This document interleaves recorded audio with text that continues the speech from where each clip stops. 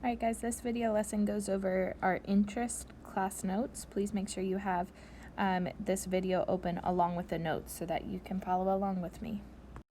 So our first slide, we're going to start off with some vocabulary that has to do with interest. So if you look at the top, it says simple interest. That's our I. This calculates the money earned from a percentage fee on a principal amount. And again, I'm just going to run through this vocabulary and then we'll talk about each of the different words or terms as we go through and solve the problems. Next, we have principal, that's our P. The amount of money that is deposited, borrowed, or invested. It's often your starting amount.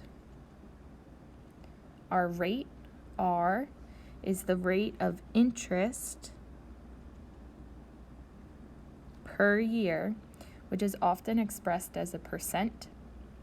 But for the purpose of solving these problems, our rate must be converted to a decimal to use in our equation. And then last but not least, time, our T, is the amount of time in years you have to pay off the loan. So it's the amount of time in years that you have to pay back all of the money you borrowed. All right, this next slide just shows us our formula. So we're going to be using this formula all day today.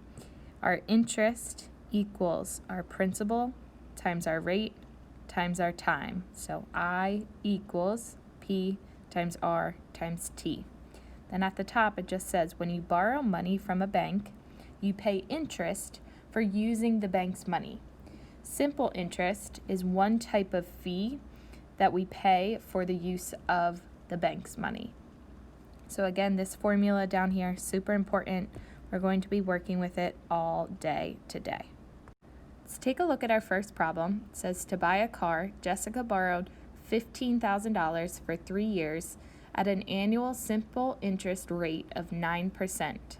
How much interest will she pay if she pays the entire loan off at the end of the 3rd year? And then two-part question says what is the total amount that she will repay? So down below, our first job is to figure out the interest that she's going to pay. We can't figure out the total amount without figuring out how much she'll pay just in interest. So I like to list what I have from the problem before I ever plug numbers into my equation. So if I look at the word problem, 15,000 up here, she borrowed 15,000. So that word borrow is our key word here. That tells me this is going to be our P, our principal. So 15,000 is our principal. Then next to that it says 3 years. So that's going to be our T, our time. And then it tells us our rate is 9%. So that's our R. Now when I go to fill in, that's our R, my formula, I have I equals my principal, my P, which was 15,000, times my rate. Now be careful, a lot of people mess this up and just put 9 in there, but if you think back to the definition, remember it said we have to use our rate as a decimal, not as a percent. So 9% written as a decimal would be 0.09. And then multiplied by our time, which is 3. Remember, you can use a calculator for this unit, so go ahead and type that in. When you type that in, multiplying 15,000 times 0.09 times 3, you get our interest equals 4,050. Okay, so now we're going to take our interest and figure out the total amount that we have to repay, or that Jessica has to repay. So to find our total amount, they give us a new formula. We have to add our principal, which was still 15,000 from the original problem, and we're adding our interest, which we just found was $4,050, and that'll give us our total, our total amount that she has to repay. If I add these two numbers together, you will get $19,050 equals A. So she will repay a total of $19,050. So make sure you have your units on that. And we are done. All right, next problem, same concept. It says to buy a laptop computer, Elaine borrowed $2,000. So she borrowed that money. That's our principal, our starting rate, for 3 years. So that's my T, my time, at an annual simple interest rate of 5%. So there's my R. How much interest will she pay if she pays the entire loan off at the end of the 3rd year? And then what is the total amount that she will repay? So again, I'm going to fill in my formula. So I have I equals my principal, which was $2,000, times my rate, 5%, but remember you have to write it as a decimal, which would be 0.05, times my time, which is 3. When you plug this into your calculator, 2,000 times 0.05 times 3, you should come up with interest equals 300. So step 1, our interest is $300. Step 2, we have to figure out our total amount to be repaid. So we're going to take our principal, 2,000, and add our interest, which we just found was 300, to get our A, our total amount. If you add these two numbers together, you should get 2,300 equals A. So she will repay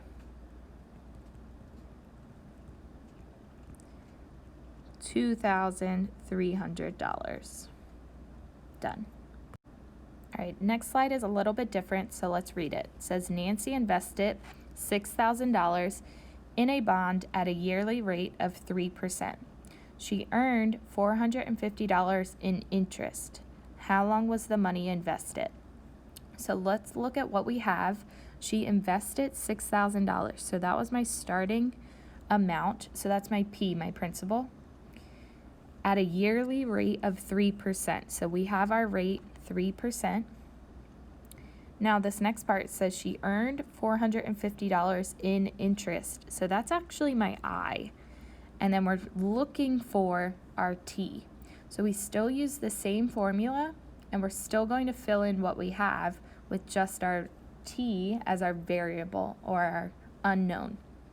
So when I fill this in, should put 450 as my I equals my principal, 6,000, times my rate, 3% as a decimal would be 0.03, times my time, which I don't know, so I'm just going to leave it as a T.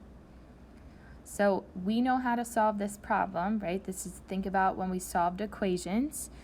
On the right-hand side, we're going to have to multiply 6,000 times 0.03 first. So I'm going to bring down my 450, type in our calculator, 6,000 times 0.03.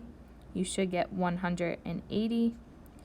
Bring down our times T. Our goal is still to isolate our variable. So I see multiplication right now, so I need to do division. So I'm going to divide by 180 on both sides in order to get my T by itself. When I type that in my calculator, I should get 2.5 equals T. So the money was invested. So just writing on the bottom, the money was invested for 2.5 years. So years would be your units here. Same process for this next one. Go ahead and try it on your own and check back with this video to check your work. All right, you should have found that your interest was $945, your principal was $3,500, your rate was 0.06, and we don't know our time. When you solved this, you should have figured out that 3,500 times 0.06 was 210. Then when you divide by 210 on both sides, you should have gotten 4.5 equals T. So the money was invested for 4.5 years. So make sure you got that correct. All right, next one, Mr. Johnson borrowed $8,000 for 4 years. So I have my principal there and my time to make home improvements if he repaid a total of $10,320. So that's actually our A. At what interest rate did he borrow the money? So first thing we have to do is find our interest. We know our total is $10,320. And remember, our total is our principal, $8,000, plus our interest. So we can find our interest by working backwards here. If I subtract 8,000 from both sides, right, isolate our variable, we should get $2,320 is our interest. Now, it's really important that we did that first because the question is asking us to find the interest rate. Well, we couldn't have used this formula over here without our interest. So now I can fill this in. My I was $2,320 equals my principal, which was $8,000, times my rate, which I don't know, so I'm just going to keep it as my variable, times my time, which was 4 years. So two-part question. Now we can start to solve. So on the right, we have to do that multiplication first. So I'm going to bring down my 2,320. 8,000 times 4 is 32,000. And bring down my times R. And again, we have to isolate that variable. So I'm going to divide by 32,000 on both sides. You have a calculator. Please use it. And when you type this in, you should get 0.0725. Now, that's an ugly number right now, but remember, in the problems, we were writing our rate as a decimal. In our answer, we want it to be a percent. So in order to change this back to a percent, to get our final answer, we need to scoot our decimal 2 places to the right. So right now, this should be 7.25% as my rate, which would be my final answer. So make sure you don't leave your answer in that decimal form. You convert it back to a percent. All right, next one, go ahead and try on your own. It is the exact same process that we just did on the last problem. All right, so hopefully you found your interest was $11,000. And then we can plug that into our first equation. So 11,000 equals 9,000 times R times 10.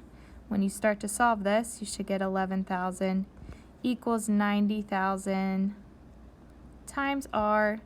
Divide by 90,000 on both sides.